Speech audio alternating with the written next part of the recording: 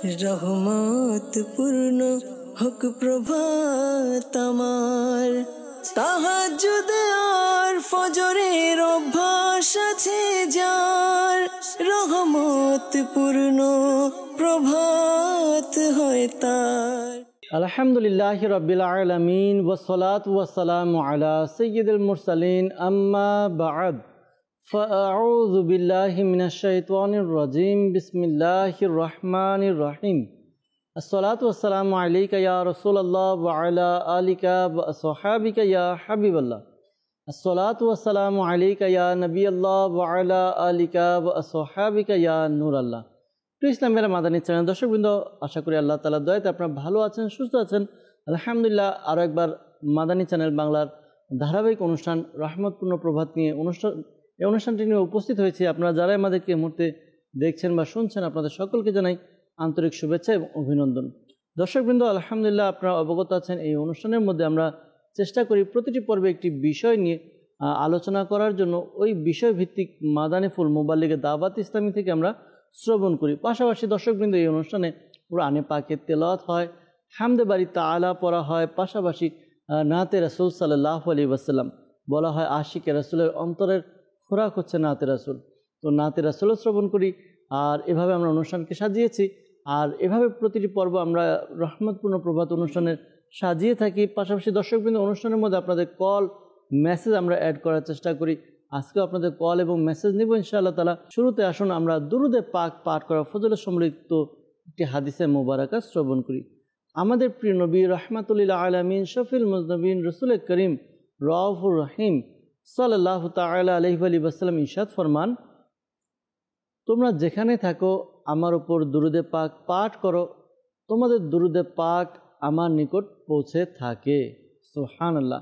দর্শকবৃন্দ, একটু চিন্তা করি, আমরা দুরুদে পাক পাঠ করি। এই দুরুদে পাক আমাদের প্রিয় নবী সাল্লাল্লাহু আলাইহি ওয়াসাল্লাম, যাকে আমরা ভালোবাসি, জীবনের চেয়ে বেশি আমরা ভালোবাসি, ওই নবী সাল্লাল্লাহু আলাইহি ওয়াসাল্লামের কাছে আমাদের দুরুদে পাক পৌঁছানো হয়।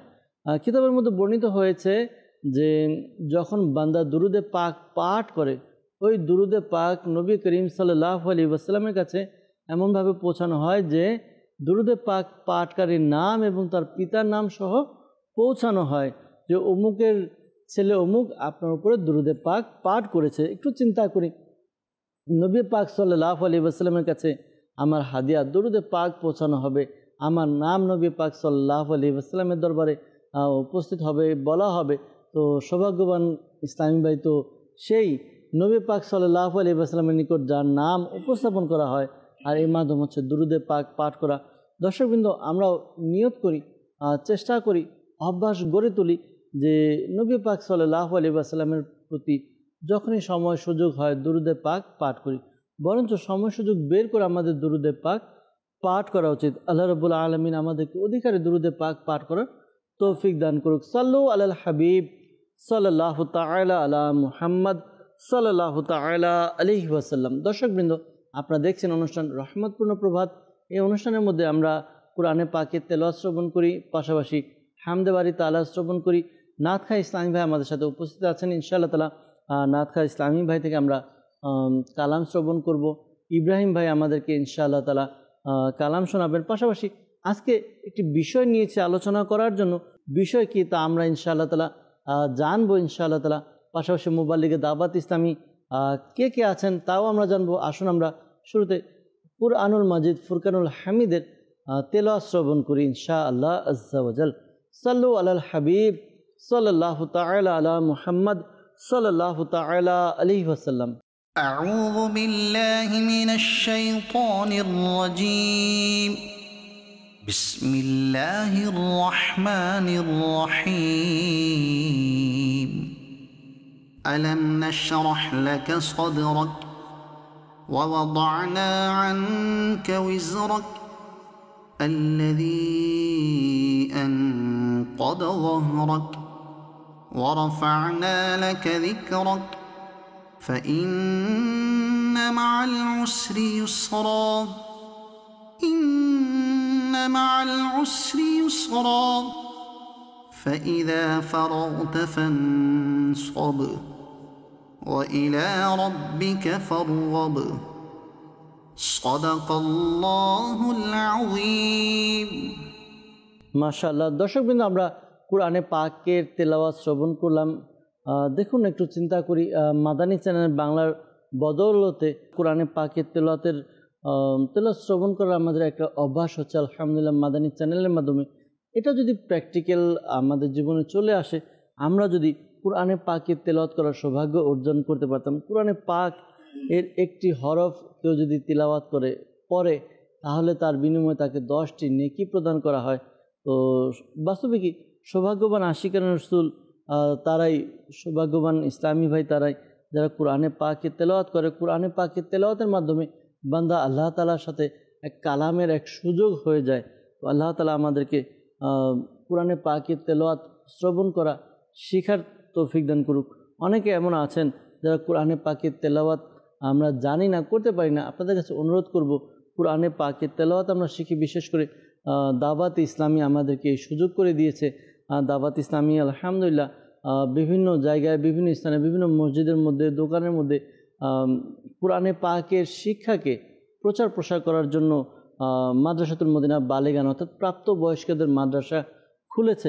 আপনি যোগাযোগ করে সেখানে নিজে অ্যাড হতে পারেন, ভর্তি হতে পারেন। এছাড়া অনলাইনের মাধ্যমে ঘরে বসে, আপনার সময় নেই, আপনি ঘরে বসে ফয়জান অনলাইন একাডেমির মাধ্যমে আপনি কোরআনে পাক ঘরে বসেই শিখতে পারেন। আল্লাহ তাআলা আমাদেরকে কোরআনে পাককে সহিশুদ্ধভাবে শিখে তেলাওয়াত করার তৌফিক দান করুক। দর্শকবৃন্দ, আমরা উপস্থিত হয়েছি একটি বিষয় নিয়ে আমরা আলোচনা করব। আজকে যে বিষয় নিয়ে আমরা আলোচনা করব তা হচ্ছে ফারুক-এ আজম রাদিয়াল্লাহু তাআলা আনহুর উত্তম ফয়সালা। প্রিয় নবী সাল্লাল্লাহু আলাইহি ওয়াসাল্লামের একেবারে নিকটবর্তী সাহাবী, খুলাফায়ে রাশিদিনের অন্যতম সাইয়েদুনা ফারুক-এ আজম উমর ফারুক রাদিয়াল্লাহু তাআলা আনহু তার জীবনের একটি দিক ফয়সালা, আদল, ইনসাফ, ন্যায়পরায়ণ। তো এই বিষয় নিয়ে আজকে আলোচনা করব। উমর ফারুক আজম রাদিয়াল্লাহু তাআলা আনহু ফয়সালা কেমন ছিল, কীভাবে তিনি ফয়সালা করতেন, এই বিষয়ে আমরা ইনশাআল্লাহ তাআলা শ্রবণ করব। মোবাইলে দাওয়াত ইসলামী নূর হোসেন কাদেরী ভাই আমাদের সাথে আছেন আজকের বিষয় নিয়ে আলোচনা করার জন্য। পাশাপাশি আমাদের সাথে আজকে আছেন ইমরান আত্তারি ভাই এবং আমাদের সাথে আছেন কামরুল ইসলাম মাদানী ভাই। ইনশাআল্লাহ তাআলা তাদের থেকে আমরা আজকে গুরুত্বপূর্ণ বিষয় নিয়ে আলোচনা করব। ফারুক আজম রাদিয়াল্লাহু তাআলা আনহুর উত্তম ফয়সালার দিকগুলো নিয়ে আমরা আলোচনা করব। আমাদের মধ্যে অনেকে আছে যারা ফয়সালা করে, যাদের কাছে মানুষ যায় বিচার নিয়ে বা অভিযোগ নিয়ে, যে এই সমস্যা সেই সমস্যা, আমরাও দেখা যায় অনেকের সমস্যার সমাধান করি, পেরেশানি দূর করি। কিন্তু ফারুক আজম রাদিয়াল্লাহু তাআলা আনহু কীভাবে ফয়সালা করতেন, এগুলো আমাদের জন্য শিক্ষা। ইনশাআল্লাহ তাআলা আমরা শিখতে থাকবো, মাদানী চ্যানেল দেখতে থাকবো। দর্শকবৃন্দ, আমরা যাব ইব্রাহিম ভাইয়ের কাছে। শুরুতে একটি কালাম শ্রবণ করবো ইনশাআল্লাহ তাআলা। এরপর আমাদের যে বিষয়ভিত্তিক আলোচনা রয়েছে তা ইনশাআল্লাহ তাআলা আমরা শুরু করবো ইনশাআল্লাহ আযজা ওয়া জাল। সাল্লি আলা রাসূলিনা সাল্লি আলা হাবিবিনা সাল্লি আলা মুহাম্মাদি। আমরা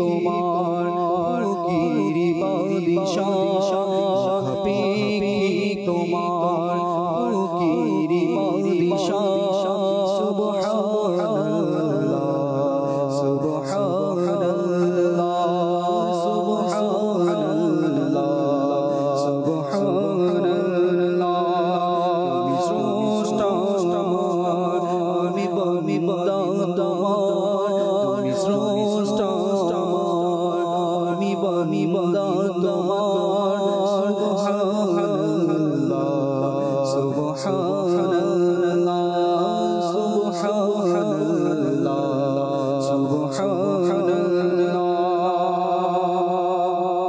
মোরা পাপী করি তুমি মাফ করো মোরা জুলুম করি তুমি দয়া করো ইয়া আল্লাহ ইয়া আল্লাহ ইয়া মাওলা ইয়া আল্লাহ মোরা পাপী করি তুমি ক্ষমা করো মোরা জুলুম করি তুমি দয়া করো মোরা পাপী করি তুমি ক্ষমা করো মোরা জুলুম করি তুমি দয়া করো ঘিরে আছে তোমার দয়ায় দুনিয়া ঘিরে আছে তোমার দয়ায় দুনিয়া সুবহানাল্লাহ সুবহানাল্লাহ সুবহানাল্লাহ সুবহানাল্লাহ সাহায্য করি তুমি গরিবে সহায় তুমি অসহায় সাহায্য করি তুমি গরিবে সহায় তুমি অসহায় সবারি তরে তব দারি খোলা সবারি তরে তব দারি খোলা সুবহানাল্লাহ সুবহানাল্লাহ সুবহানাল্লাহ সুবহানাল্লাহ হে খালিক মালিক রব্বে মোলান হে খালিক মালিক রব্বে মোলান সুবহানাল্লাহ সুবহানাল্লাহ সুবহানাল্লাহ সুবহানাল্লাহ মোরা পরদি সাতারে তুমি মোরা পাপী গফারে তুমি মোরা পাপী গফারে তুমি মোরা পরদি সাতারে তুমি গুনাহগারে প্রতি কতই না দয়া গুনাহগারে প্রতি কতই না দয়া সুবহানাল্লাহ সুবহানাল্লাহ সুবহানাল্লাহ সুবহানাল্লাহ তুমি স্রষ্টা আমার আমি বান্দা তোমার তুমি স্রষ্টা আমার আমি বান্দা তোমার সুবহানাল্লাহ সুবহানাল্লাহ সুবহানাল্লাহ সুবহানাল্লাহ আল্লাহ করিম আমাদেরকে তার বান্দাদের মধ্যে যারা মকবুলিয়াত অর্জন করেছে যারা নৈকট্যতা অর্জন করেছে আল্লাহ তাআলা তাদের ওসিলা আমাদেরকেও আল্লাহ তাআলার নৈকট্যতা হাসিল করার তৌফিক দান করুক। দর্শকবৃন্দ, আমরা হামদে বাড়িতে আলা শ্রবণ করলাম। বাস্তবিক আমাদের সদা সর্বদা উচিত যেন আমরা আল্লাহ পাকের জিকিরের মধ্যে, আল্লাহ পাকের প্রশংসা, আল্লাহ তাআলার স্তুতির মধ্যে নিজের সময়কে অতিবাহিত করি। যেখানে থাকি আল্লাহকে স্মরণ করি, যেখানে থাকি জিকির করি, যেখানে থাকি আল্লাহ তাআলার হামদ আমরা পাঠ করতে থাকি। আল্লাহ তাআলা এমন জবান আমাদেরকে দান করুক। দর্শকবৃন্দ, আমরা একটি বিষয় নিয়েছি আলোচনা করব। ইসলামের দ্বিতীয় খলিফা হযরত সাইয়েদনা উমর ফারুক আজম রাদিয়াল্লাহু তাআলা আনহু, তার একটি দিক, উত্তম ফয়সালা, এই বিষয় নিয়ে আলোচনা করব। ফারুক আজম রাদিয়াল্লাহু তাআলা আনহু তো ওই ব্যক্তি যাকে নবী পাক সাল্লাল্লাহু তাআলা আলাইহি ওয়াসাল্লাম খুব পছন্দ করতেন। নবী পাক সাল্লাল্লাহু আলাইহি ওয়াসাল্লাম একদম কাছের সাহাবী হচ্ছে উমর ফারুক রাদিয়াল্লাহু তাআলা আনহু। উমর ফারুক রাদিয়াল্লাহু তাআলা আনহুর জন্য আল্লাহ নবী সাল্লাল্লাহু আলাইহি ওয়াসাল্লাম দোয়া করেছেন।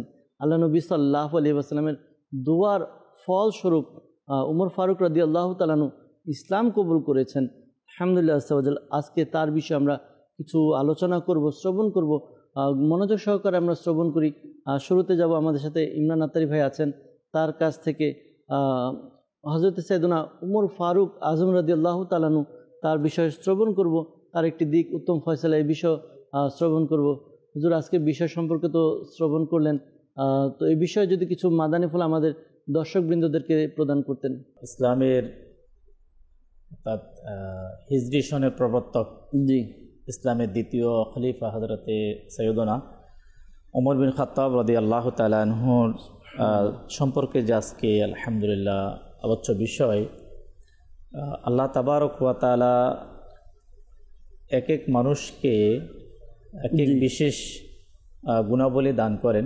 জি, সাহাবা ইকরাম আলাইহিমুর রিদওয়ান, যাদেরকে বলা হয় সত্যের মাপকাঠি, জি, কিয়ামত পর্যন্ত নবী করিম সাল্লাল্লাহু তাআলা আলাইহি ওয়াসাল্লাম যাদের সম্পর্কে এভাবে ইরশাদ করেন, যদি কেউ একজন সাহাবীকেও অনুসরণ করে তো ইনশাআল্লাহ সে হেদায়েত পেয়ে যাবে।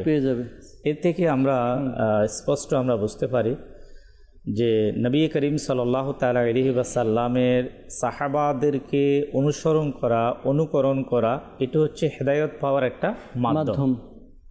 জি, তো কেনই বা তাদের আলোচনা হবে না? যাদের আদর্শ কোনো ব্যক্তি যখন, কোনো মানুষ যখন কারো মাঝে ধারণ করে, তো এর মাধ্যমে সে হেদায়েত প্রাপ্ত হয়। সুবহানাল্লাহ। আলহামদুলিল্লাহ হযরতে ওমর রাদিয়াল্লাহু তাআলা আনহু ওই সকল সাহাবা ইকরামের মধ্যে অন্যতম সাহাবী রাসূল আশারায়ে মুবাশশারার সুসংবাদ প্রাপ্ত সাহাবা ইকরামের অন্তর্ভুক্ত। এবং বিশেষ করে ইসলামের দ্বিতীয়তম খলিফা হযরতে ওমর রাদিয়াল্লাহু তাআলা আনহুর যে ফয়সালা, যেটাকে আপনার ন্যায় বিচার বলা হয়, যে ন্যায় বিচারের মাধ্যমে সিদ্ধান্ত নেওয়া, ফয়সালা নেওয়া। তো শুরুতে আমি একটি হাদিসে পাকের দিকে যাব, যেহেতু ন্যায় বিচার এবং ফয়সালা করা হয় যারা দায়িত্বশীল, যাদের হাতে কোনো না কোনো দায়িত্ব থাকে। জি, হাদিসে পাকের মধ্যে নবী করিম সাল্লাল্লাহু তাআলা আলাইহি ওয়াসাল্লাম ফরমান যে তোমরা প্রত্যেকে দায়িত্বশীল এবং কিয়ামতের দিন তোমাদেরকে তোমাদের দায়িত্ব সম্পর্কে জিজ্ঞাসাবাদ করা হবে।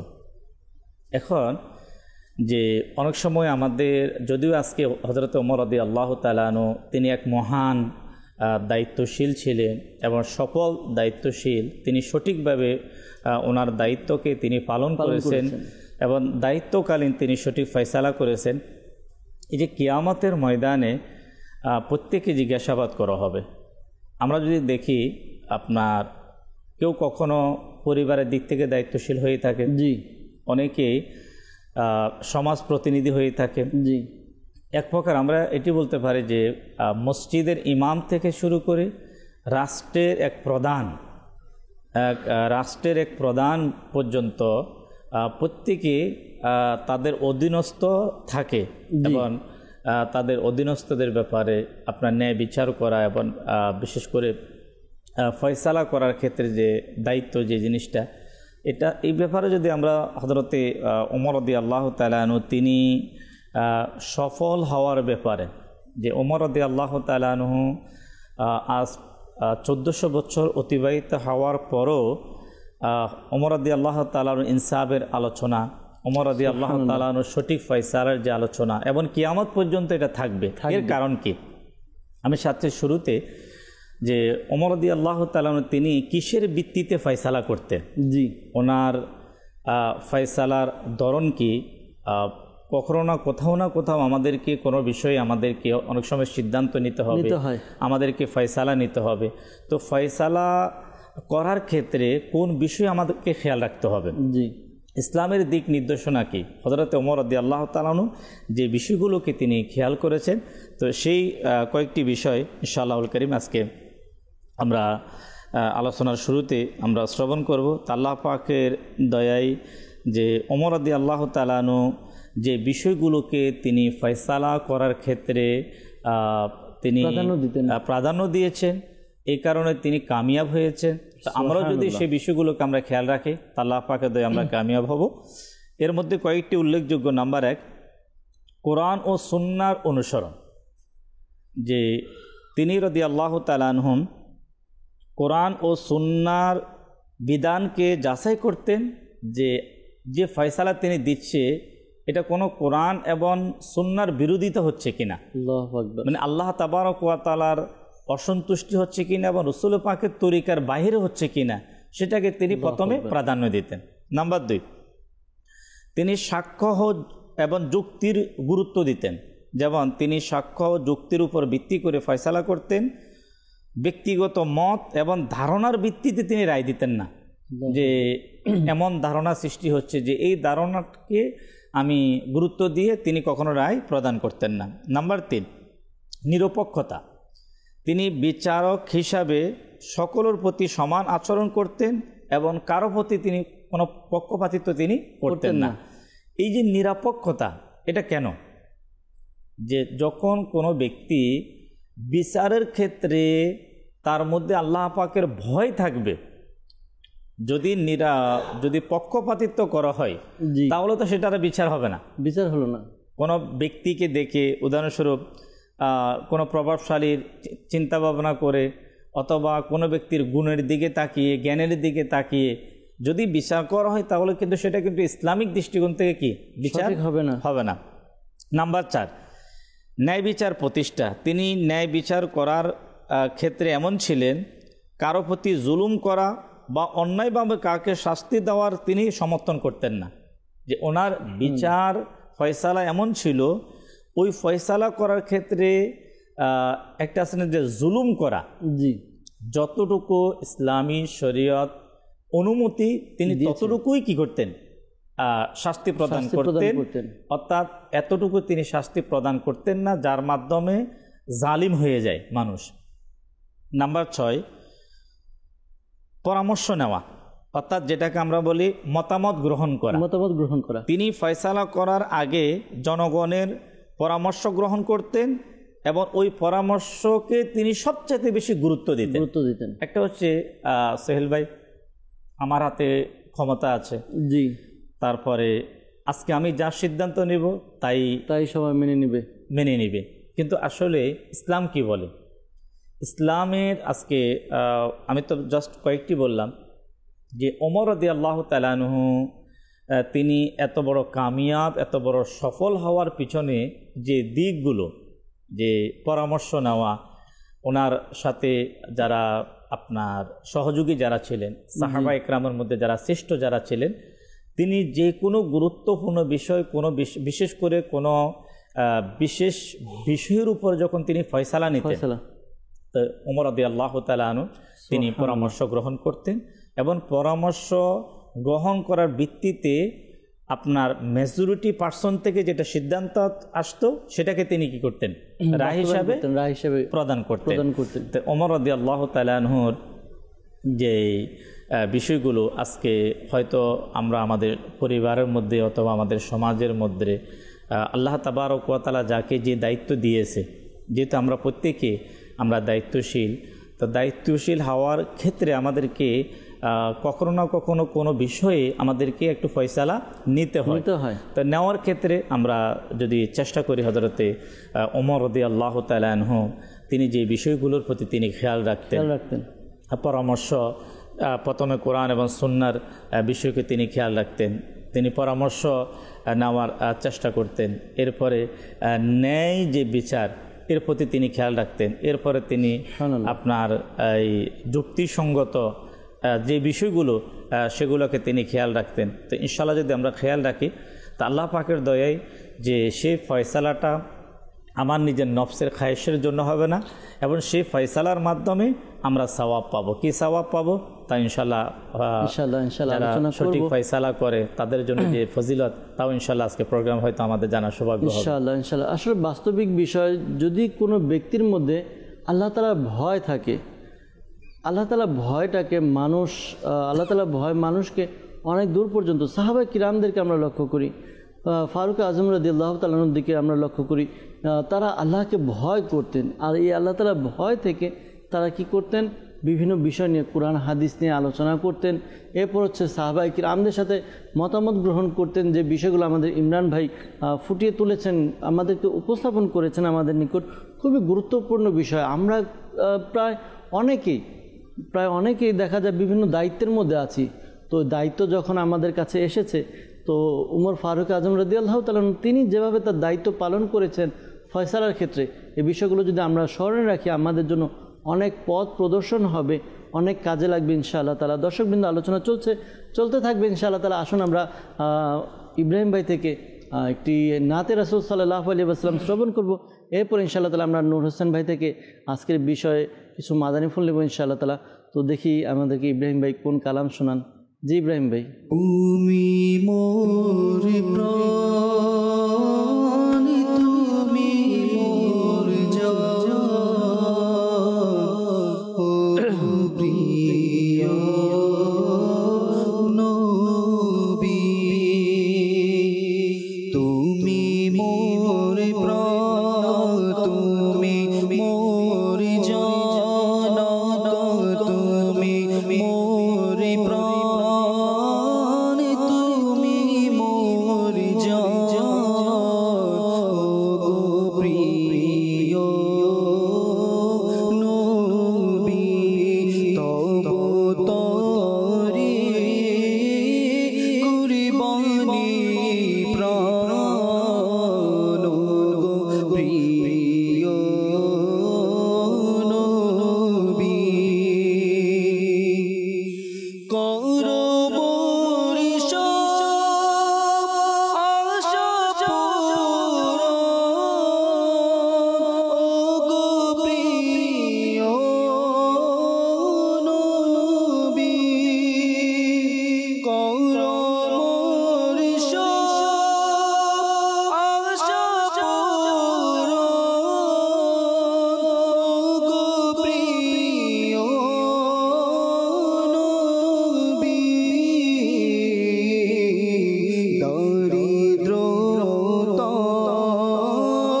থেকে করো ত্রাণ, গো প্রিয় নবী, তুমি মোর প্রাণ, তুমি মোর জান, তুমি মোর প্রাণ, গো প্রিয় নবী, তব তরি কুরবানি প্রাণ,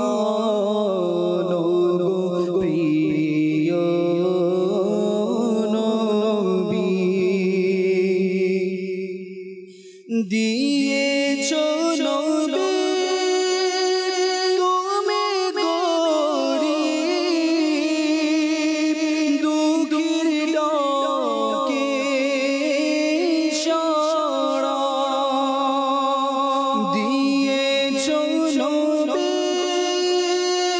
তুমি গরিব দুঃখীর ডাকে সাড়া,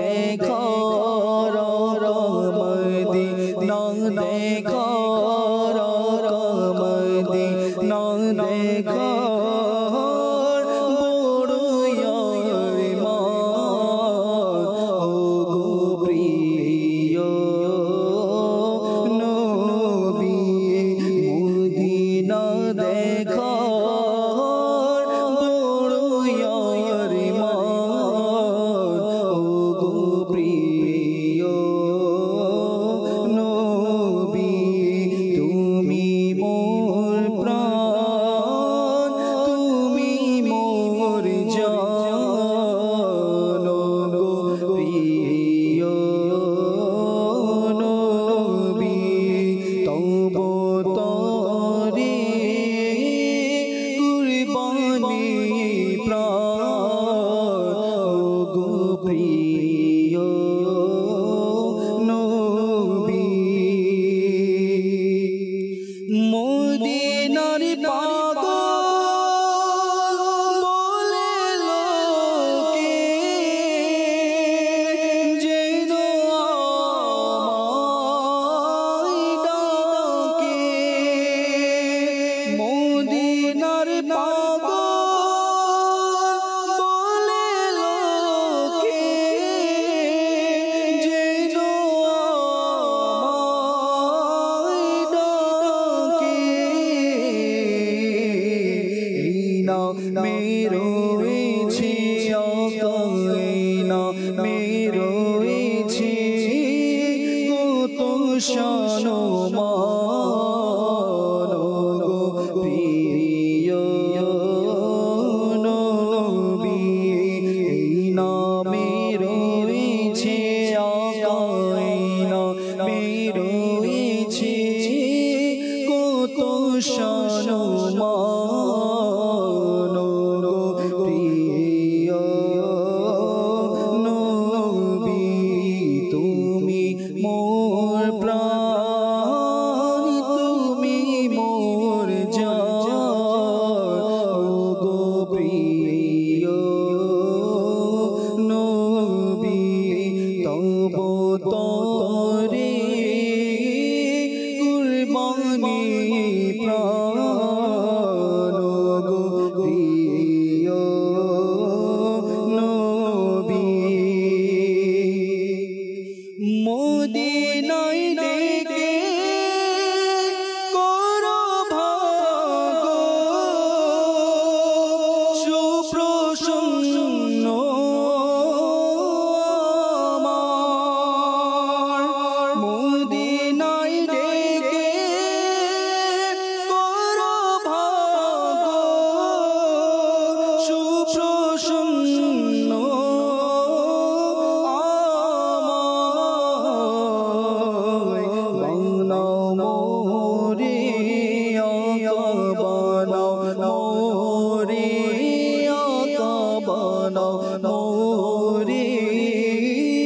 তোমার মেহমান গো প্রিয় নবী বানাও মোরে তোমার মেহমান গো প্রিয় নবী তুমি মোর প্রাণ তুমি মোর জান গো প্রিয় নবী আল্লাহ করিম আমাদেরকেও প্রিয় নবী সাল্লাল্লাহু তাআলা আলাইহি ওয়া সাল্লামের রওজায়ে পাকে যাওয়া, সেখানে সালাতু সালাম পড়ার তৌফিক দান করুক। অন্তরের মধ্যে প্রিয় নবী সাল্লাল্লাহু আলাইহি ওয়া সাল্লামের দরবারে উপস্থিত হওয়ার আকাঙ্ক্ষাকে আল্লাহ তাআলা আমাদের বৃদ্ধি করে দিক। আল্লাহ তাআলা আমাদেরকে কবুল করে নিক। দর্শকবৃন্দ, আলোচনা চলছিল উমর ফারুক রাদিয়াল্লাহু তাআলা আনহুর উত্তম ফয়সালা। ইমরান আত্তারি ভাই থেকে আমরা গুরুত্বপূর্ণ মাদানী ফুল শ্রবণ করেছি। যাব নূর হোসেন ভাইয়ের কাছে। নূর হোসেন ভাই থেকে আজকের বিষয়ে কিছু মাদানী ফুল শুনবো। জি নূর হোসেন ভাই। মাশাআল্লাহুল করিম। ইসলামের দ্বিতীয় খলিফা সাইয়েদনা ফারুক আজম রাদিয়াল্লাহু তাআলা আনহুর উত্তম ফয়সালা কত গুরুত্বপূর্ণ একটি বিষয়।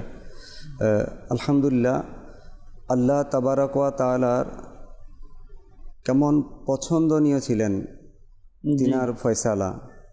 সূরা নূরের 57 এবং 58 নং আয়াতের শানে নজুলে এসেছে জি যে হযরত আব্দুল্লাহ ইবনে আব্বাস রাদিয়াল্লাহু তাআলা আনহু থেকে বর্ণিত যে নবী করিম সাল্লাল্লাহু আলাইহি ওয়া আলিহি ওয়াসাল্লাম একবার একজন আনসারি দাস মিদলাস ইবনে আমরকে দুপুরের সময় হযরত ওমর ফারুক রাদিয়াল্লাহু তাআলা আনহুকে ডাকার জন্য পাঠালেন। সে দাস কোনো অনুমতি না নিয়েই সরাসরি ওমর রাদিয়াল্লাহু তাআলা আনহু এর ঘরে প্রবেশ করে। তখন হযরত ওমর রাদিয়াল্লাহু তাআলা আনহু ঘরে স্বাচ্ছন্দ্যে অবস্থান করছিলেন, অর্থাৎ বিশ্রাম করছিলেন। তখন দাসটির এমন আচমকা প্রবেশে তার মনে এই চিন্তা চলে আসে, ইস, যদি দাসের ঘরেও যদি প্রবেশের আগে অনুমতি নেওয়ার নির্দেশ থাকতো। আল্লাহু আকবার। দেখেন, তখন তার এই চিন্তাটা আল্লাহ তাআলার কেমন পছন্দনীয় হলো। তখন আল্লাহ তাআলা এই আয়াত নাজিল করলেন যে দাস দাসী ও বয়স সন্ধিকালের কাছাকাছি বয়সের ছেলে মেয়েদেরকে 3টি নির্দিষ্ট সময়ে ঘরে ঢোকার আগে অনুমতি নেওয়ার নির্দেশ দেওয়া। যেমন 3টি সময় হলো, 1 ফজরের নামাজের আগে, 2 হচ্ছে দুপুরের অর্থাৎ বিশ্রাম নেওয়ার সময় এবং এশারের নামাজের পরে। তিনার ফয়সালা, তিনার চিন্তা ভাবনা পর্যন্ত আল্লাহ তাআলা কেমন পছন্দ করতেন। আল্লাহু আকবার। আমরা প্রায় শুনেছি একটি ওয়াকিয়া যে সাইয়েদুনা ওমর রাদিয়াল্লাহু তাআলা আনহু কেমন ফয়সালা করেছিলেন, যে একবার গনিমতের মাল বন্টন করছিলেন। জি মাশাআল্লাহ, এই ওয়াকিয়াটা আমরা অনেকবারই শুনেছি। আবার একটু শুনে নেই। জি, আবারও একটু শুনছি যে তিনি গনিমতের মাল যখন বন্টন করছিলেন, তিনার শাহজাদাকে তিনি 500 দিনার কি করলেন, দিলেন। কিন্তু অপরদিকে সাইয়েদুনা ইমাম হাসান রাদিয়াল্লাহু তাআলা আনহু এবং ইমাম হুসাইন রাদিয়াল্লাহু তাআলা আনহুকে 1000 করে দিনার দিলেন। তখন এতে যখন ওমর রাদিয়াল্লাহু তাআলা আনহু এর সাহেবজাদা যখন প্রশ্ন করল যে হে আমিরুল মুমিনিন, আপনি তো যে হাসনাইনে কারিমাইন অর্থাৎ ইমাম হাসান রাদিয়াল্লাহু তাআলা আনহুকে এবং ইমাম হুসাইন রাদিয়াল্লাহু তাআলা আনহুকে আপনি 1000 দিনার দিলেন, অথচ আমাকে 500 দিনার দিলেন। আমি তো আপনার ছেলে।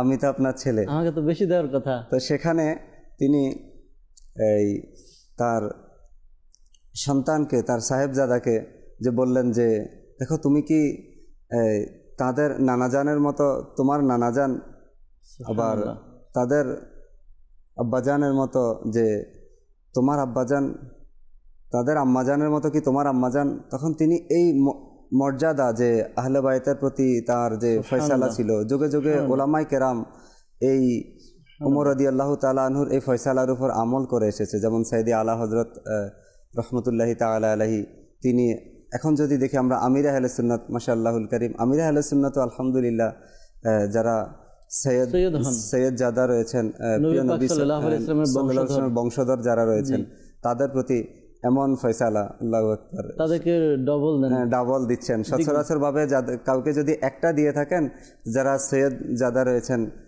প্রিয় নবী সাল্লাল্লাহু আলাইহি ওয়াসাল্লামের বংশধর, তাদেরকে সচরাচর 2টা দিয়ে থাকেন।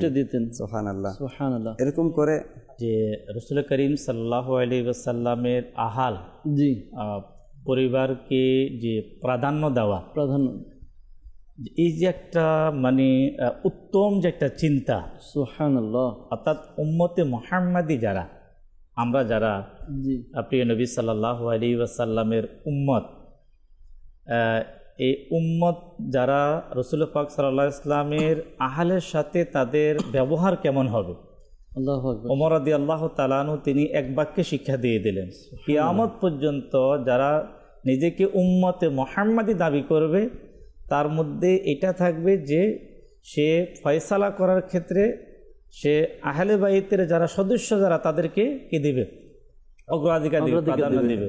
ওমর রাদিয়াল্লাহু তাআলা আনহু সাহাবী রাসূল হযরতে আমিরে মুআবিয়া রাদিয়াল্লাহু তাআলা আনহু দুজনে বসে কোন একটা মিটিং করছিলেন ঘরের মধ্যে। মিটিং কমপ্লিট হওয়ার পরে যখন ওমর রাদিয়াল্লাহু তাআলা আনহু বাহিরে বের হলেন, তো দেখলেন যে সম্ভবত ইমাম হাসান অথবা ইমাম হুসাইন রাদিয়াল্লাহু তাআলা আনহু দুইজন থেকে একজনের ওয়াকিয়া তিনি দাঁড়িয়ে আছেন। তো ওমর রাদিয়াল্লাহু তাআলা আনহু তিনি দাঁড়ানো অবস্থায় দেখে, মানে দাঁড়ানোটা হচ্ছে অপেক্ষার দাঁড়ানো, জি, তাই খুবই আদবের সাথে সম্মানের সাথে যেভাবে বলার যে আপনি এখানে দাঁড়িয়ে আছেন, ভিতরে মানে না আসার কারণ কি, ভিতরে চলে আসতেন। তবে তিনি বললেন যে আমি যখন আসলাম আপনার ঘরের দরজায় দেখলাম আপনার সন্তান এসেছিল, আর আপনার সন্তান ভিতরে ঢোকার অনুমতি ছিল না, পাচ্ছে না। তো আমি ভাবতে লাগলাম যার সন্তান ভিতরে প্রবেশ করার অনুমতি পাচ্ছে না, যেহেতু সম্ভবত আপনাদের দুইজনের বিশেষ কি ছিল, বৈঠক ছিল। তো ওমর রাদিয়াল্লাহু তাআলা আনহু তিনি কি জবাব দিলেন? তিনি এমন জবাব দিলেন, আল্লাহু আকবার, তিনি বলেন সেটা তো ছিল আমার সন্তান, সেটা ছিল আমার সন্তানের ক্ষেত্রে, কিন্তু আপনি তো হচ্ছেন আমার সর্দার, আপনি হচ্ছেন কি সর্দার। সন্তানের হিসাব আলাদা আর সর্দারের হিসাব আলাদা আলাদা। তিনি এটি বুঝতে চাচ্ছেন যে আপনার জন্য কি ছিল, অনুমতি, আপনার অনুমতি নেওয়ার প্রয়োজন ছিল না, কেন যে প্রধান হয়ে থাকে, সর্দার হয়ে থাকে, তার ইজ্জত এই সম্মান। তাই আসলে যে বাস্তবিক পক্ষে আসলে আমি কথাটা এই জন্য আমাদের নুর হোসেন ভাই থেকে একটু টেনে নিলাম, যে ওই যে আমি শুরুতে একটা কথা বললাম যে রাসূল করিম সাল্লাল্লাহু আলাইহি ওয়াসাল্লামের সাহাবাগণ হচ্ছেন সত্যের মাপকাঠি। বাস্তবিক এটা আমাদেরকে, যে যদি কোনো ব্যক্তি এখনো পর্যন্ত কিয়ামত পর্যন্ত যদি কোনো ব্যক্তি সঠিক কিছু জানতে চায়, আপনার হেদায়েত পেতে চায়, মুক্তি পেতে চায়, তাহলে সাহাবায়ে কেরামের শিক্ষা আমাদেরকে আমাদের অন্তরে বাস্তবায়ন করতে হবে।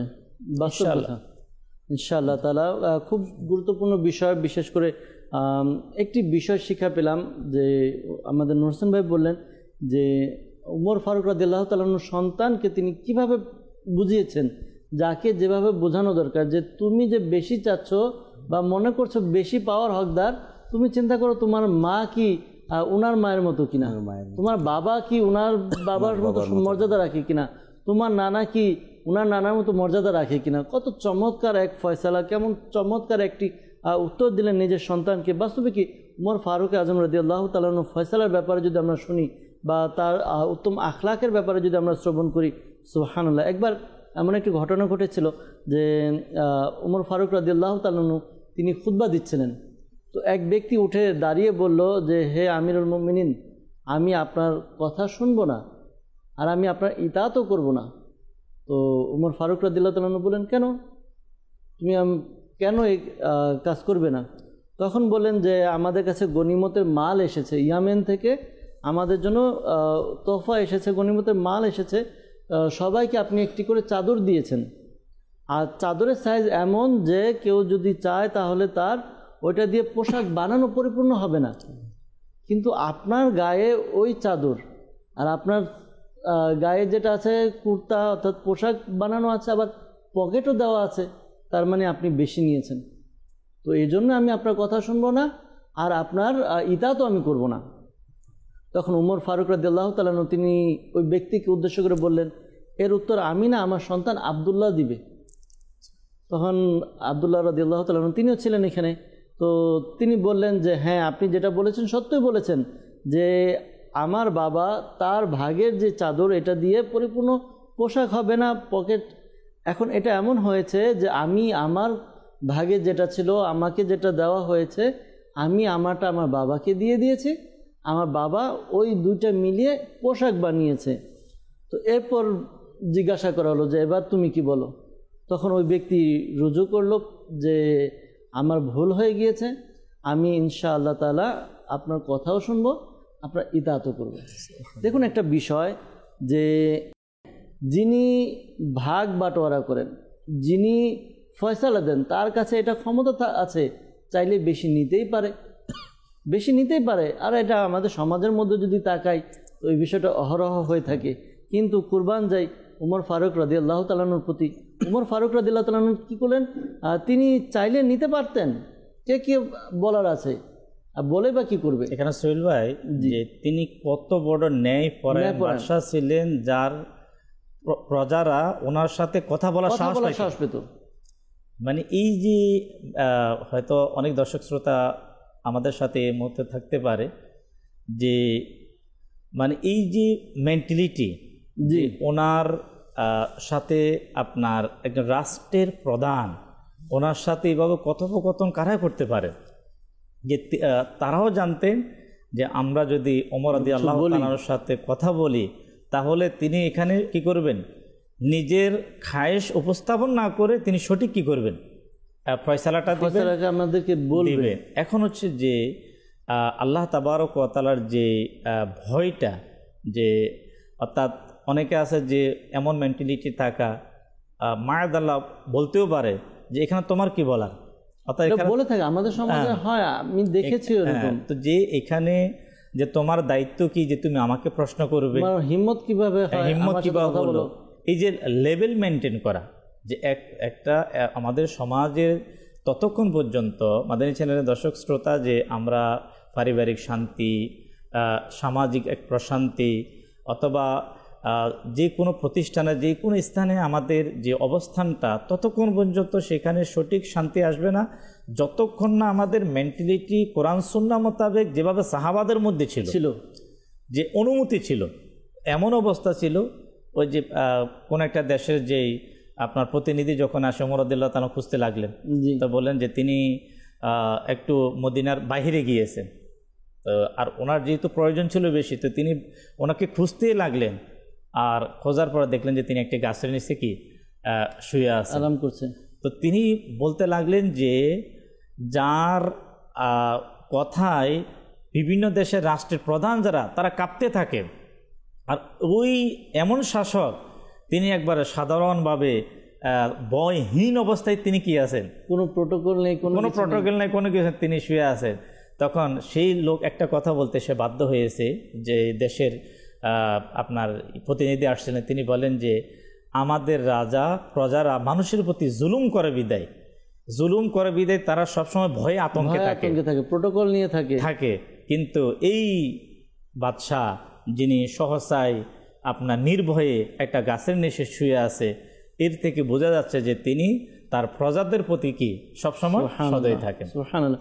বাস্তবে কি জীবনীটা এমনই ছিল, আমাদের ওমর ফারুক রাদিয়াল্লাহু তাআলা সব সাহাবায়ে কিরামের জীবনী এমন ছিল, যদি কেউ বলতে চায় কথা বলতে পারতো, ওপেন ডিসকাস করতে পারতো। আমাদের সমাজের মধ্যে তো আমরা পারি না, বা অনেকে বলতে ইতস্তত বোধ করে যে আমি যে তাকে বলবো সংশোধনের জন্য বলবো, বা আমি একটা তার থেকে বিস্তারিত জানতে চাবো, কৈফিয়ত চাইবো, ওটা হয় না। এই ব্যাপারে আমি দাওয়াত ইসলামীর প্রতিষ্ঠাতা আমির আহলে সুন্নাত হযরত আল্লামা আবু বিলাল মুহাম্মদ ইলিয়াস আত্তান কাদেরী দামাত বারাকাতুহু আলিয়া, তিনি একটা সাংগঠনিক কথা বললেন। যেহেতু আলহামদুলিল্লাহ দর্শক শ্রোতা দাওয়াত ইসলামী বিশ্বব্যাপী দ্বীন ইসলামের খেদমত করে যাচ্ছে, সংগঠনকে নিয়ে আমাদের এক পথ চলা। তিনি নিগরান যারা, অর্থাৎ যারা দায়িত্বশীল, তাদের ব্যাপারে তিনি বললেন যে এমন হওয়া, নিজেকে এমন করা যাতে নিজের অধীনস্থরা তার সাথে কথা বলতে ভয় না পায়। অর্থাৎ যখন ওই নিগরান, ওই দায়িত্বশীল, তার মধ্যে তার ব্যবহার, তার আচরণ, তার অ্যাক্টিভিটিস এমন হবে, একজন তার নিচের আন্ডারে যারা দায়িত্বশীল রয়েছে তারা খুব সহজে তার থেকে পরামর্শ নিয়ে নেবে যে হুজুর এই কাজটা এভাবে করতে পারবো কিনা, এই কাজটা যদি এভাবে করা যায়। তো দাওয়াত ইসলামের প্রতিষ্ঠাতা তিনি যদিও কথাটা সংগঠনের জন্য বললেন, আমরা আমাদের পরিবারের জন্য, পরিবারের মধ্যে যে যেখানে আছে সেখানে আমরা নিয়ে নিই। তিনি বলেন যে যদি আপনার দায়িত্বে যারা আছে, আপনার আন্ডারে যারা আছে, তারা আপনার সাথে কথা বলতে ভয় পাচ্ছে, তাহলে বুঝতে হবে যে আপনাকে কি হতে হবে, নরম হতে হবে। আপনার মধ্যে এমন কিছু আছে, এমন কিছু কঠোরতা স্বভাব আছে যে কারণে ভয় পাচ্ছে, তা আপনি নিজেকে কি করেন। আর এটা যদি আমরা পরিবার, ফ্যামিলি লেভেলে দেখি, ফ্যামিলির ক্ষতি হয়, যদি সমাজ লেভেলে দেখি, সমাজ লেভেলে ক্ষতি হয়। কারণ একটা দূরত্ব থাকে, কর্মচারী বা অধীনস্থ আর হলো ঊর্ধ্বস্থ যে আছে, ওপেন ডিসকাস যদি করতে না পারে তাহলে যে সমস্যাগুলো এগুলো কিন্তু সলভ হয় না। অনেক সন্তান ভয় পায় যে আমি যে বাবাকে বলি তো বাবা আমাকে কি না বলে দেয়, আবার ভুল করলে কিন্তু পরবর্তীতে এটা দেখা যায় যে বললো না, কিন্তু পরবর্তীতে একটা ক্ষতির সম্ভাবনা থাকতে পারে। তো যদি আবার কিছু সন্তান এমন আছে যে সে যত বড় পেরেশানি হোক যে আমি আমার বাবাকে বললে সমাধান পেয়ে যাবে, তো বাবা দুই ধরনের হয়ে থাকে। তো এইভাবে প্রত্যেকটা দিক আল্লাহ তাআলা তৌফিক দান করুক। আল্লাহ তাআলা আমাদেরকে উমর ফারুক রাদিয়াল্লাহু তাআলার মতো উত্তম চরিত্রের, উত্তম ফয়সালার মতো উত্তম ফয়সালাকারী বানিয়ে দেখ। আমাদের সাথে কামরুল ইসলাম মাদানী ভাই আছেন, তার থেকে কিছু মাদানী ফুল শুনবো ইনশাআল্লাহ তাআলা। তার পূর্বে আসুন দর্শকবৃন্দ, আপনাদের কাছ থেকে কিছু কল শুনে নেই। জি, কল শুনিয়ে দিন আমাদেরকে। আমি একটি নাচ শুনতে চাই। টিয়ানায় বসানায় কেমনে দেখতাম। মাশাআল্লাহ, আপনি কালাম শুনতে চেয়েছেন চট্টগ্রামের আঞ্চলিক ভাষায়। ইনশাআল্লাহ তাআলা ইব্রাহিম ভাই নোট করে নিচ্ছে, চেষ্টা করব শোনানোর জন্য। পরবর্তী কল। আমার নাম মোহাম্মদ শরীফ। আজকের মাদানী চ্যানেলের অত্যন্ত চমৎকার একটি অনুষ্ঠান, যা দেখে অনেক খুশি হলাম, অনেক কিছু জানতে পারলাম। আমার জন্য দোয়া করবেন যাতে আমরা এই প্রোগ্রাম দেখতে পারি এবং যা শিখি তারপর আমল করতে পারি। আল্লাহ তাআলা আমাদেরকে কবুল করে নিক। আল্লাহ তাআলা আমাদেরকে যা কিছু শুনলাম আমল করার তৌফিক দান করুক। ইনশাআল্লাহ তাআলা নিজে মাদানী চ্যানেল দেখবো এবং অপরকে দেখার জন্য উৎসাহিত করব, দাওয়াত দিব ইনশাআল্লাহ আজ্জা ওয়া জাল। জি, পরবর্তী কল। আমি বগুড়া শেরপুর গাড়ি রোড থেকে বলতেছিলাম, মোহাম্মদ আবু কাশেম। আমি একটি গজল শুনতে চাই, হাসবি রাব্বি জাল্লাল্লাহ। জি, ইনশাআল্লাহ তাআলা চেষ্টা করব হাসবি রাব্বি জাল্লাল্লাহ এই কালামটি শ্রবণ করানোর জন্য। ইনশাআল্লাহ তাআলা সাথেই থাকুন। পরবর্তী কল। নারায়ণগঞ্জ বন্দর থেকে। আপনাদের মাদানী চ্যানেলটি অনেক ভালো লাগে, সব সময় দেখি, আমাদের পরিবারের সবাই দেখি। আমার জন্য, আমাদের পরিবারের জন্য দোয়া করবেন। দোয়া করি আল্লাহ তাআলা আপনাকে, আপনার পরিবার সহ দর্শকবৃন্দ যারাই আছে সবাইকে আল্লাহ তাআলা কবুল করুক। আল্লাহ তাআলা আমাদেরকে আল্লাহ তাআলার ইবাদতের মধ্যে মশগুল থাকা, আল্লাহ তাআলার জিকির আজকারের মধ্যে আল্লাহ তাআলা আমাদেরকে মশগুল রাখুক। দোয়া করি সুস্থ সবলভাবে যেন আল্লাহ তাআলা ইবাদত করতে পারি। পরবর্তী কল। আমি ঢাকা থেকে বলছিলাম, আমার নাম রায়হান আক্তার আলী। আমি একটি নাচ শুনতে চাই, মাটির ঘর মাটির বাড়ি মাটির বাড়িতে বিছানা। জি, মাটির ঘর মাটির বাড়ি মাটি হবে বিছানা। আপনি এই কালামটি শুনতে চেয়েছেন, ইনশাআল্লাহ তাআলা চেষ্টা করব, সাথেই থাকুন, অনুষ্ঠান দেখতে থাকুন। আরেকটি কল নিব। জি, আমার নাম মোহাম্মদ মনিরুল ইসলাম। মাশাআল্লাহ, অনেক সুন্দর একটি প্রোগ্রাম। এই প্রোগ্রামের মাধ্যমে মুসলমানদের মধ্যে মহব্বত সৃষ্টি হবে এবং মাদানী চ্যানেলের সকল শ্রোতাদেরকে আন্তরিক শুভেচ্ছা। জি, আপনাকেও শুভেচ্ছা। পাশাপাশি আপনি আমাদেরকে হৌসলা উৎসাহ দিয়েছেন যে খুব সুন্দর বিষয় নিয়ে আলোচনা হচ্ছে। মাদানী চ্যানেলের মধ্যে চেষ্টা করা হয় আমাদের দৈনন্দিন প্রয়োজনে, আমাদের ব্যক্তিগত জীবনে বা আমাদের দৈনন্দিন লাইফের মধ্যে যে বিষয়গুলো আমাদের প্রয়োজন সেই বিষয়গুলো ডিসকাস করার জন্য যেন আমরা কুরআন হাদিসের আলোকে আমাদের বুজুর্গানের দিনের বাণীর মাধ্যমে আমরা সেগুলো শিখতে পারি, জানতে পারি এবং নিজের জীবনে অ্যাপ্লাই করতে পারি। আল্লাহ তাআলা কবুল করুক। যাব আমাদের কামরুল ইসলাম মাদানী ভাইয়ের কাছে। আজকের বিষয় নিয়ে বেশ কিছুক্ষণ টপিক হয়েছে, অনেক দেরিতে আপনার কাছে আসলাম। আজকের বিষয় কিছু মাদানী ফুল যদি দিতেন। প্রত্যেক সাহাবাই কালাম হচ্ছে সত্যের মাপকাঠি। জি, যদি তাদেরকে অনুসরণ করা হয় তাহলে হেদায়েত প্রাপ্ত হবে। এখন যদি আমরা দেখি, যদি কোনো ব্যক্তি জীবন তাদেরকে ফলো করে তাহলে সেই ব্যক্তি হেদায়েতপূর্ণ। যদি কোনো সমাজ জীবন তাদেরকে ফলো করে তাহলে এই সমাজ হবে শ্রেষ্ঠ সমাজ। তেমনিভাবে তাদের কায়েম করা ইনসাফ, তাদের কায়েম করা বিচার ব্যবস্থা, তারা যে নিজাম তৈরি করে দিয়েছেন, যদি কোনো রাষ্ট্র কোনো সমাজ সেই নিজাম অনুসরণ করে তাহলে সেই রাষ্ট্র হবে সেরা রাষ্ট্র। আজকে যদি আমরা দেখি রাষ্ট্রের মধ্যে অবাধ্যতা, রাষ্ট্রের মধ্যে অবিচার, রাষ্ট্রের মধ্যে মারামারি হানাহানি, সব কিছুর মূল হচ্ছে আমাদের যাদেরকে ফলো করি তাদের পথ থেকে যখন দূরে সরে যায় সেই ফলস্রোত আমাদের এই অনৈতিক আমাদের মধ্যে দেখা যায়। যদি হযরতে উমর রাদিয়াল্লাহু তাআলা আনহুর ব্যাপারে যদি আমরা শুনি, হাদিসে পাকের মধ্যে ইরশাদ হচ্ছে আল্লাহ রাসূল সাল্লাল্লাহু আলাইহি সাল্লাম তিনার ব্যাপারে ইরশাদ করেন, আল্লাহ তাবারক ওয়া তাআলা সত্যকে উমর রাদিয়াল্লাহু তাআলা আনহুর জামারে এবং দিলের মধ্যে রেখে দিয়েছেন। অর্থাৎ তিনি যেটা রায় করেন সেটা সত্য অনুসারে করেন, তিনি যেটা রায় করেন সেটাই সত্য হয়ে থাকেন এবং তিনি কেমন ইনসাফের সাথে বিচার করেন। আপনি যদি দেখেন আজকে যারা দুনিয়ার ক্ষমতায় আসনে সমাসীন রয়েছে, তারা যদি তিনার এই জীবনী থেকে একটু শিক্ষা গ্রহণ করে, তিনার কেমন ফয়সালা রয়েছিল। তো একজন গভর্নর ছিলেন সাহাবি, তো তিনার একজন ছেলে ছিলেন। তো তিনার ছেলে একটি প্রতিযোগিতার মধ্যে এক ইহুদির সাথে ঘোড়া দৌড় দিয়েছে। তো এটার মধ্যে তিনার ছেলে হেরে গিয়েছে। হেরে যাওয়ার পর রাগের মাথায় ওই ইহুদি যুবককে একটি চাবুক মারে। তো যখন চাবুক মারলো ওমর রাদিয়াল্লাহু তাআলা আনহুর কাছে, সে ছেলে কাঁদতে কাঁদতে এসে বিচার দিল, ইয়া সাইয়্যিদি, যিনি গভর্নর ছিলেন তিনার ছেলে এই কারণে আমাকে চাবুক মেরেছে। তো ওমর রাদিয়াল্লাহু তাআলা আনহু কী করলেন, তিনাকেও ডাকালেন, বললেন তিনার বাবাকেও ডাকালেন, ডাকিয়ে চাবুক তার হাতে দিয়ে বললেন, যে তোমাকে মেরেছে তাকেও মারো, এবং তিনার যে বাবা রয়েছে তুমি চাইলে তাকেও মারো। কারণ তার শিক্ষা, তার ক্ষমতার কারণে তার ছেলে অপব্যবহার করে সেটার হক দেখিয়েছে। আল্লাহ আল্লাহ আল্লাহ। তো এর থেকে বোঝা যায় ওমর রাদিয়াল্লাহু তাআলা আনহুর ইনসাফ। আরও যদি দেখি মাশহুর যে ঘটনা রয়েছে ওমর রাদিয়াল্লাহু তাআলা আনহুর ব্যাপারে, যে ইহুদি এবং মুসলমান রাসূল সাল্লাল্লাহু আলাইহি ওয়াসাল্লাম বিচার নিয়ে এসেছিলেন, তারা যে মুনাফিক ছিল মুসলমান, সে তার হকে যখন বিচার পড়েনি, ইহুদির পক্ষে যখন বিচার চলে আসলো, তখন সে কি করলো, বিচার না মেনে বললো উমরের কাছে যাব। তখন উমর রাদিয়াল্লাহু তাআলা আনহুর কাছে আসলেন, বিচার কি করলেন, তরবারি এনে তিনাকে হত্যা করে দিলেন। আচ্ছা, এরপরে কি হলো, সাহাবায়ে কেরামদের মধ্যে একটা গন্ডগোল লেগে গেল, হট্টগোল লেগে গেল যে উমর রাদিয়াল্লাহু তাআলা মুসলমানকে হত্যা করে ফেলেছেন। যখন এরকম হচ্ছে, তখন আল্লাহ তাবারাকা ওয়া তাআলা কুরআনের আয়াত নাজিল করে দিয়েছেন যে উমর রাদিয়াল্লাহু তাআলা যে ফয়সালা করেছেন সেটা কিভাবে করেছেন, যে ফালা ওয়া রাব্বিকা লা ইউমিনুনা হাত্তা ইউহাক্কিমুকা ফীমা শাজারা বাইনাহুম। এ হাবিব, সেই ব্যক্তি মুমিনই হতে পারে না যতক্ষণ না পর্যন্ত তাদের মুআমালার মধ্যে আপনাকে হাকিম না বানাবে। তো বুঝে যাচ্ছে রসুলকে যদি কেউ হাকিম না বানিয়ে যদি অন্য কারোর দিকে, সেটাও কুফরি। আর যে ইসলাম থেকে কুফরি করে বেড়ে যায় তাদের কতল করার একটা বিষয়। ওমর ফারুক রাদিয়াল্লাহু তাআলার চিন্তা ভাবনা কি, যার নবী করিম সাল্লাল্লাহু আলাইহি ওয়াসাল্লামের ফয়সালা বুঝে আসে না, ওই ব্যক্তিকে আমার বুঝে আসে না।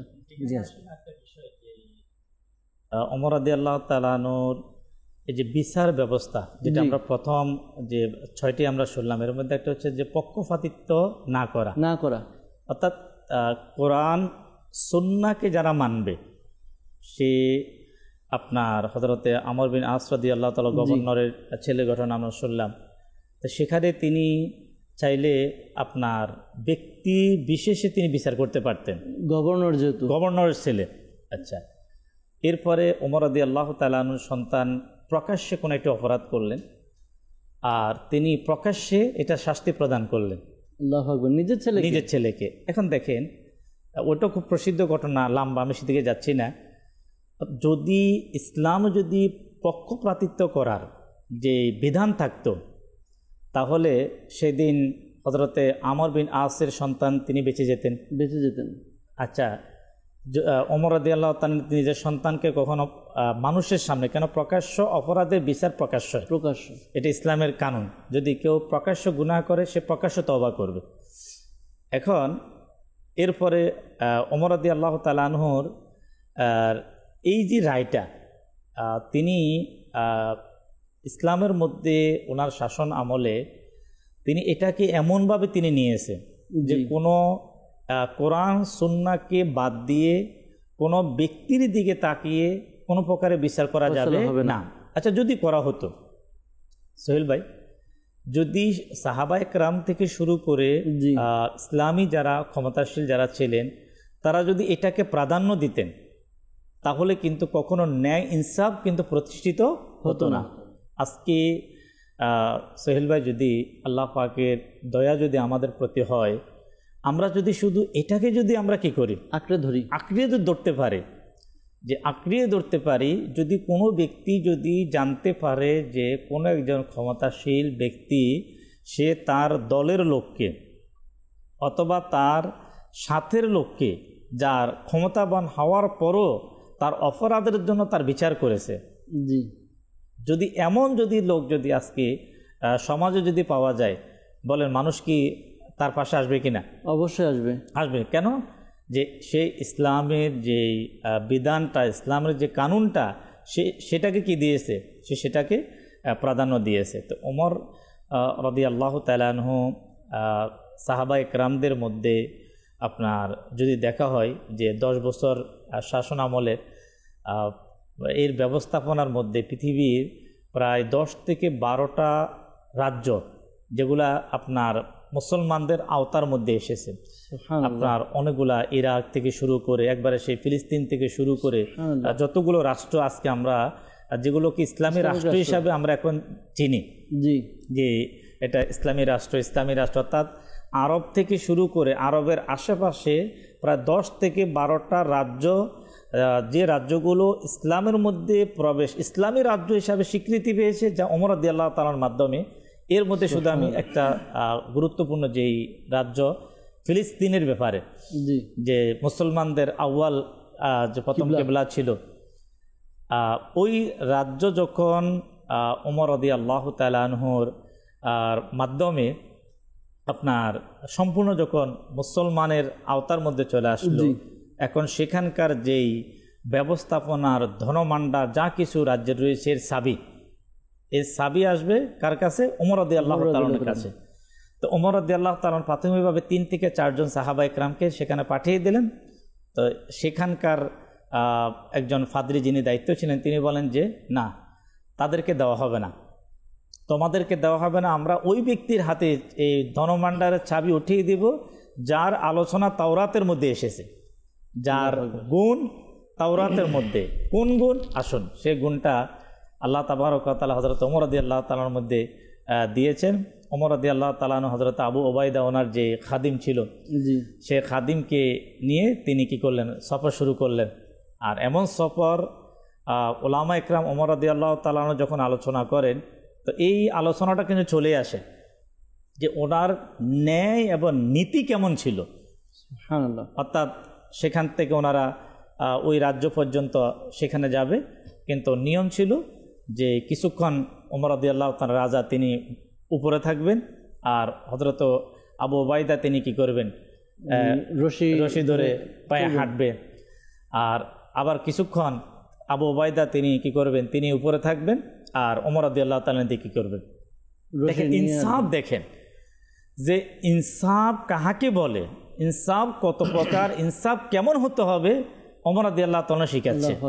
দেখেন যদি এই জিনিসটাও যদি বর্তমান পৃথিবীতে যদি এটা কায়েম হয়ে যায়, তাহলে এই পৃথিবীটার যোগটা হয়ে যাবে সেই স্বর্ণযোগের মতো হয়ে যাবে। যখন কাছাকাছি যখন পৌঁছবে সেখানে উপস্থিত হওয়ার ফালাটা যখন চলে আসলো, উপরে বসার কার? হযরত আবু ওবায়দা, গোলামের। তিনি অস্বীকৃতি জানাচ্ছে, তিনি বলে এখন আমরা সে রাজ্যে প্রবেশ করব, আপনাকে হওয়া দরকার। তিনি কি জবাব দিলেন? তিনি জবাব দিলেন, হে আবু ওবায়দা, আমরা ছিলাম অসম্মানিত, আমাদের কোনো ইজ্জত ছিল না, আমাদের কোনো সম্মান ছিল না, আমাদের এই ইজ্জত, আমাদেরকে সম্মান দিয়েছে ইসলাম। আমরা ওই গোত্রের মানুষ ছিলাম, আমরা ওই লেভেলের মানুষ ছিলাম, আমাদের ইজ্জত বলতে, আমাদের সম্মান বলতে কিছুই ছিল না। তো এই ইসলাম আমাদেরকে সম্মান শিক্ষা দিয়েছে, ইসলাম আমাদেরকে ইজ্জত শিক্ষা দিয়েছে। তিনি কি বলেন জানেন? তিনি বলেন, যদি হে আবু ওবায়দা, এই মুহূর্তে তোমার স্তরে যদি কেউ থাকতো, তাহলে আমি তাকে উম্মতে মুহাম্মাদির জন্য কিয়ামত পর্যন্ত একটা শিক্ষার ব্যবস্থা করতাম। শুধু তার সম্মানে তিনি কিছু বলেন নাই, আবু ওবায়দাকে বলেন যে তোমার স্থানে যদি কেউ থাকতো তাহলে আমি কিছু বলতাম। তাই ওমর রাদিয়াল্লাহু তাআলা আনহু তিনি এটাই শিক্ষা দিচ্ছে যে তোমার সাথে আমার সাথে যেটা হচ্ছে এটা হলো ইসলামী শিক্ষা। সুবহানাল্লাহ, এটা ইসলামী শিক্ষা। আচ্ছা, এর শিক্ষার ফলাফল কি, রেজাল্ট কি? এর শিক্ষার ফলাফল রেজাল্ট হচ্ছে যখন আপনার সে ফিলিস্তিনের সে রাজ্যে যারা দায়িত্বশীল ছিল, তারা যখন দেখলেন রাজা হচ্ছে নিচে আর প্রজা হচ্ছে উপরে, আর ওনারা বলেন যে তাওরাতের মধ্যে ওমর রাদিয়াল্লাহু তাআলা আনহুর এই গুণটা লেখা ছিল, আমরা এই জন্য ওমর রাদিয়াল্লাহু তাআলার হাতে আমরা চাবি কি করলাম? হস্তান্তর করলাম। যখন ওমর রাদিয়াল্লাহু তাআলার হাতে চাবি হস্তান্তর করলেন, তিনি সাথে সাথে তিনি সিজদায়ে শুকর কি করলেন? আদায় করলেন। সেখানে সিজদায়ে শুকর আদায় করলেন। সুবহানাল্লাহ, সুবহানাল্লাহ। ওমর রাদিয়াল্লাহু তাআলা আনহুর যদি আমরা ন্যায় এবং ইনসাফের যদি বিষয়টাকে যদি আমরা দেখি, আমাদের সমাজের মধ্যে যারা সোহেল ভাই ঘরে যারা কাজ করে, অথবা দোকানে যারা কাজ করে, অথবা অফিসে যারা কাজ করে, অথবা যারা নিম্ন শ্রেণীর মানুষ যারা, তাদের প্রতি আমাদের দায়িত্ব তাদের প্রতি আমাদের কর্তব্য কি, কেমন হওয়া উচিত, সেটা ওমর রাদিয়াল্লাহু তাআলা থেকে আমরা শিখতে পারি। আমরা তাদেরকে কেমন খাবার দিই, আমরা তাদেরকে কেমন পোশাক দিই, আমরা তাদের জন্য কেমন থাকার ব্যবস্থা করি, আমাদের এই যে আমাদের যে আকলটা, আমাদের ইনসাফটা, আমাদের ইনসাফ। আমি আমার জন্য ইসলামের শিক্ষা কি সোহেল ভাই? যে ইসলামের শিক্ষা হচ্ছে যে তুমি নিজের জন্য যা পছন্দ করো তাও অপর মুসলমানের জন্য তা পছন্দ করো। এটার উপর বাস্তব আমলদার ছিলেন হযরত ওমর রাদিয়াল্লাহু তাআলা। ওমর রাদিয়াল্লাহু তাআলা তিনি উটের উপরে, ঘোড়ার উপরে, তিনি সাওয়ার হাওয়াকে তিনি যেমন পছন্দ করেছেন, ওনার গোলামের জন্য সেটা কি করেছেন? পছন্দ করেছেন। এখন আমরা যারা দায়িত্বশীল, আমরা যারা ক্ষমতাশীল, যতক্ষণ পর্যন্ত আমাদের স্বভাবে, আমাদের চরিত্রে এই গুণ যতক্ষণ পর্যন্ত আসবে না, তো ততক্ষণ পর্যন্ত শান্তি কিভাবে পাবো আমরা? আল্লাহ তাআলা আমাদেরকে বোঝার তৌফিক দান করুক। কল এসেছিল, কলে কিছু কালামের কথা হয়েছিল, কি আমাদের কাছে কিছু কমেন্ট এসেছে। যেমন আমাদেরকে মেহেদি হাসান ভাই পঞ্চগড় থেকে কমেন্ট করেছেন, তিনি একটি নাচ শুনতে চান, ইয়া শাহে কারবালা। এরপর আমাদেরকে কমেন্ট করেছেন বিনতে মাহবুব চট্টগ্রাম কর্ণফুলী থেকে, তিনি দেখছেন, তিনি দোয়া চেয়েছেন তার ছেলের জন্য। এছাড়া আরও অনেকে আমাদের সাথে আছেন, দেখছেন অনুষ্ঠান। আল্লাহ তাআলা সবাইকে কবুল করুক। যাবো ইব্রাহিম ভাইয়ের কাছে, যেই কালামের অনুরোধ ছিল সংক্ষিপ্তভাবে যদি আমাদেরকে শুনিয়ে দিতেন, সময় কম। জি। তবু তোরে মুস্তাফা ইসলাম পেল এই ধরা, তবু তোরে মুস্তাফা ইসলাম পেল এই ধরা, বলল ধর্ম ইনেরা লা ইলাহা ইল্লাল্লাহ হাসবি রাব্বি জাল্লাল্লাহ غير الله نور محمد صلى الله لا إله إلا الله প্রিয় নবীর কাছে সে আবু জেহেল বলল সে, নবী হলে বলো রে হাতের মুঠোয় কি আছে?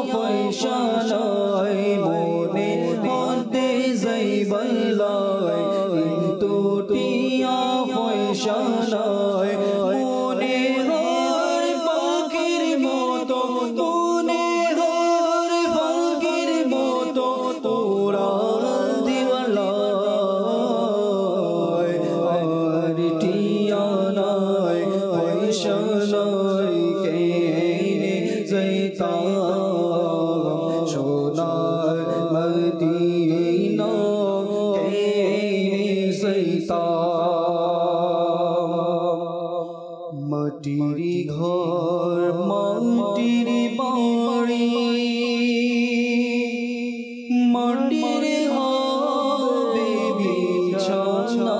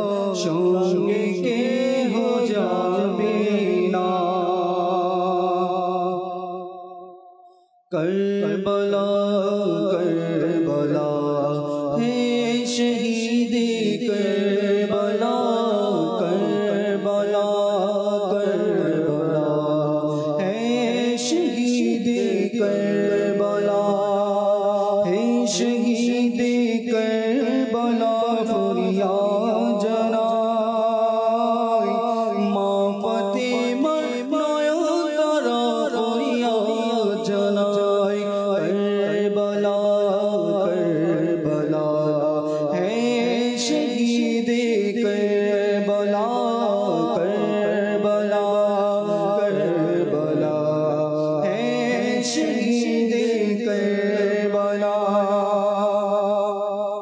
প্রিয় নবীর দহিত্র ফরিয়াদ জানাই প্রিয় নবীর দহিত্র ফরিয়াদ জানাই প্রিয় নবীর দহিত্র ফরিয়াদ জানাই প্রিয় নবীর দহিত্র ফরিয়াদ জানাই মাওলা আলীর শাহজাদা ফরিয়াদ জানাই মা ফাতিমার নয়নতারা ফরিয়াদ জানাই করবলা করবলা হে শহীদ করবলা। মাশাআল্লাহ মাশাআল্লাহ। দর্শকবৃন্দ, আমরা আপনাদের অনুরোধকৃত কালাম শোনার চেষ্টা করলাম। আল্লাহ তাআলা কবুল করে নিক। যাবো আমরা নূর হোসেন ভাইয়ের কাছে, সময়ও কম, সংক্ষিপ্ত সময়, কিছু শেষ মাদানী ফুল যদি দিয়ে দিতেন। যে কেমন উত্তম ফয়সালাকারী ছিলেন এক সম্রাটের ব্যাপারে। জি, গাসসানের সম্রাট যখন ইসলাম কবুল করলেন জি, তখন সাইয়েদনা ফারুক আজম রাদিয়াল্লাহু তাআলা আনহু খুশি হলেন। যে খুশি হওয়ার কারণ এটাও ছিল যে যে একজন সম্রাট যেহেতু ইসলাম গ্রহণ করেছেন, তো তার প্রজারাও কি ইসলাম কবুল করার গ্রহণ করার আশ্বাস দেখা যাচ্ছিল। জি, যখন গাসসানের সম্রাট যখন পবিত্র খানায় কাবায় এসেছেন, তাওয়াফ করছিলেন, তখন হঠাৎ পাশে এক বেদুইন ব্যক্তির ওই সম্রাটের কাপড়ের মধ্যে পা পড়ে গিয়েছিল। তখন ওই সম্রাট রাগান্বিত হয়ে গেলেন। তখন ওই রাগান্বিত হয়ে ওই বেদুইন ব্যক্তিকে থাপ্পড় মেরে দিলেন। আল্লাহ আল্লাহ। তো থাপ্পড় মারার বদলতে ওই বেদুইন ব্যক্তির দাঁত পড়ে গিয়েছিল। তখন ওই বেদুইন ব্যক্তি সাইয়েদনা উমর ফারুক আজম রাদিয়াল্লাহু তাআলা আনহুর নিকট এই বিষয়টি উপস্থাপন করলেন। তখন সাইয়েদনা উমর ফারুক আজম রাদিয়াল্লাহু তাআলা আনহু যে এখানে কি ফয়সালা করলেন, আল্লাহু আকবার। দেখেন কোথায় বেদুইন ব্যক্তি আর একজন বাদশাহ, একটা গাসসানের সম্রাট। তো সেখানে উমর রাদিয়াল্লাহু তাআলা আনহু ওই বেদুইন ব্যক্তিকে বললেন যে তুমি কিসাস অর্থাৎ প্রতিশোধ নিতে পারো। জি। তখন এ কথা শুনে এই সম্রাট, যে গাসসানের সম্রাট ছিলেন, তিনি অবাক হয়ে গেলেন যে বিষয়টি, যে বেদুইন ব্যক্তি আমার উপর প্রতিশোধ নিবে, এই বিষয়টি তিনি মেনে নিতে কষ্ট হচ্ছিল। তখন তিনি অসন্তুষ্ট হয়ে বলল, ঠিক আছে, তাহলে যে একজন সাধারণ মানুষ আমার উপর প্রাধান্য পাচ্ছে, তো এটার জন্য আমি একদিন সময় নিতে চাচ্ছি এই প্রতিশোধের ব্যাপারে। তখন ওই বাদশাহ কী করলেন, একদিন সময় নিতে গিয়ে তিনি ওই দিন পালিয়ে গেলেন। এখন পালিয়ে গেলেন, তো এখানে হয়তোবা সাময়িকভাবে পালিয়ে তো গেলেন, আবার সাথে সাথে সে মুরতাদও হয়ে গেলেন, মাআযাল্লাহ, ইসলাম থেকে সে বের হয়ে গেলেন। জি। তো এতে হয়তোবা ইসলামের কোনো ক্ষতি হয়নি, যে সে ক্ষতিগ্রস্ত হয়েছে, ওই বাদশাহ ক্ষতিগ্রস্ত হয়েছে। বাট যদি এখানে সাইয়েদনা ওমর রাদিয়াল্লাহু তাআলা আনহুর ফয়সালা যদি স্বজন প্রীতি থাকতো, তাহলে আল্লাহ আল্লাহ, তাহলে সেখানে ইসলাম মূলত আসলে আমাদের সাহাবায়ে কিরাম আমাদেরকে কিন্তু এই বিষয়টাই শিক্ষা দিয়েছেন যে স্বজনপ্রীতি বা পক্ষপাতিত্ব না করে ইসলাম আমাদেরকে এই দিক নির্দেশনা দেয় যে যে সঠিক বিচার পাওয়ার যোগ্য তাকে সঠিকভাবে দিয়েছে। আল্লাহ তাআলা কবুল করুক। জি জি, ইসলামের দৃষ্টিকোণ থেকে সে তার ন্যায় যে হক ন্যায় বিচার সে সেটা পাবে। আর সর্বশেষ আমি একটি কথা বলবো যে আপনার যদি কোনো ব্যক্তি আপনার কোরআন সুন্নাহ মোতাবেক সঠিক ফয়সালা করে 1400 বছর পরেও তার আলোচনা তার সে প্রশংসা চলতে থাকবে। আর যদি কেউ অন্যায় করে থাকে, জুলুম করে থাকে, তারও কিন্তু আলোচনা থাকে। কিন্তু একজন জালিম হিসাবে, যেমন 61 হিজরিতে কারবালার ময়দানে রসুল করিম সাল্লাল্লাহু তাআলা আলাইহি ওয়াসাল্লামের পরিবারের প্রতি যে জুলুম করেছে, যে অবিচার করেছে, যে অন্যায় করেছে, সঠিক ফয়সালার পরিবর্তে ভুল সিদ্ধান্ত যে নিয়েছে, তারও কিন্তু আলোচনা হয়, সমাজে হয়। কিন্তু কিভাবে হয়?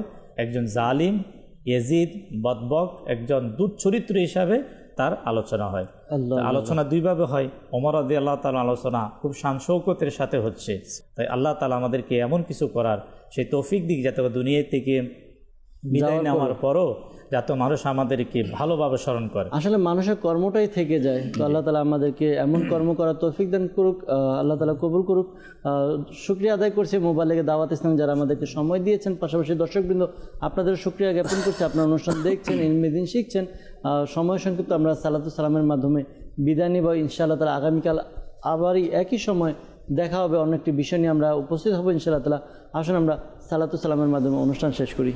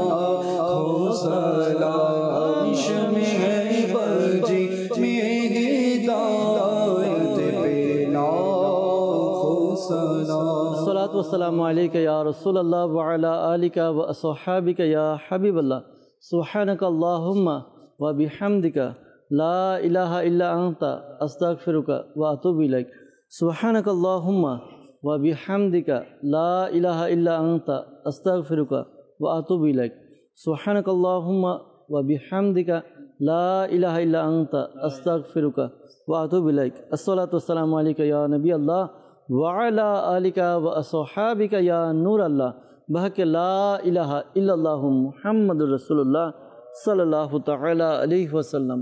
रहमत पूर्ण हक प्रभात আমার তাহাজ্জুদ আর ফজরের অভ্যাস আছে যার রহমত পূর্ণ প্রভাত হয় তার।